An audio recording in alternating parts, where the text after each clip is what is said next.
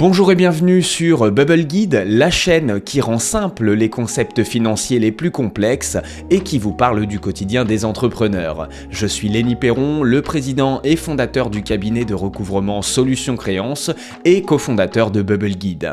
5h du matin, réveil aux aurores, douche froide, 10 minutes de méditation, un smoothie rempli de super aliments suivi d'un shot de compléments censé booster la concentration et l'énergie. Ces dernières années, une véritable culture de la morning routine parfaite s'est imposée, notamment dans l'univers de l'entrepreneuriat. Sur les réseaux, on nous vend souvent un entrepreneur qui optimise chaque minute de sa journée avec un rythme parfait et quasiment militaire. Mais cette pratique est-elle finalement si optimale que ça, ou bien nous met-elle une pression qui n'est pas nécessaire? La vérité, c'est que tout le monde n'a pas le luxe d'un matin parfaitement orchestré. Entre gérer son business, sa famille, ses enfants et ses responsabilités, la rigueur extrême d'une morning routine peut vite devenir un poids. Bien sûr, certaines habitudes comme l'exercice, une alimentation saine et équilibrée, de la lecture, de la méditation, un bon sommeil sont forcément bénéfiques. Mais faut-il forcément cocher toutes les cases pour être performant?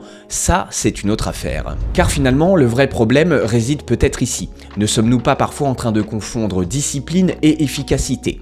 De nombreux entrepreneurs se perdent dans ce qu'on appelle la fameuse to-do list, mais soyons honnêtes, celle-ci est bien souvent rédigée au fil des idées, désorganisée et ne met pas réellement en avant un quotidien et une efficacité optimale. En effet, ces to-do list deviennent parfois un sacré bazar dans lequel nous nous perdons plus qu'autre chose, nous nous mettons un stress car on souhaite cocher toutes les cases de celle-ci, mais la productivité en prend réellement un coup.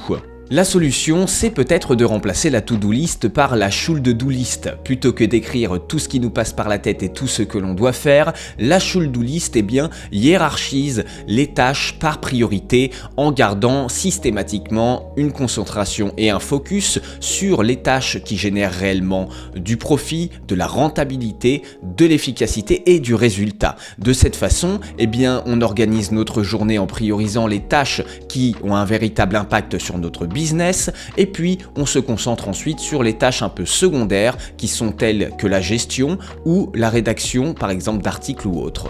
L'objectif n'est donc pas simplement d'être occupé, mais bel et bien d'être efficace. Et en parlant d'efficacité, faut-il forcément un bureau épuré, un setup organisé et des rituels fixes quotidiens pour être performant?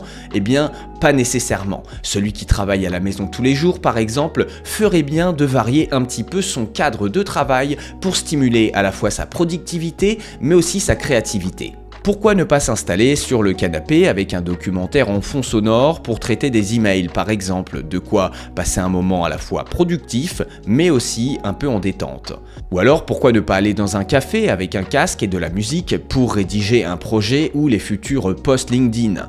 L'environnement de travail doit être un levier de productivité, pas une contrainte rigide imposée par les tendances du moment. Petit disclaimer évidemment qui me semble important bien que vous ne soyez pas né de la dernière pluie, rappelez-vous bien cela, tout ce que vous voyez sur les réseaux ne sont pas le reflet de la réalité. Lorsque vous voyez un entrepreneur qui semble bien gagner sa vie, qui plus est qui peut-être vous vend des méthodologies pour arriver à son niveau, rappelez-vous qu'il y a autour de lui toute une équipe de production. Il s'agit ici d'un tournage où tout est contrôlé et maîtrisé.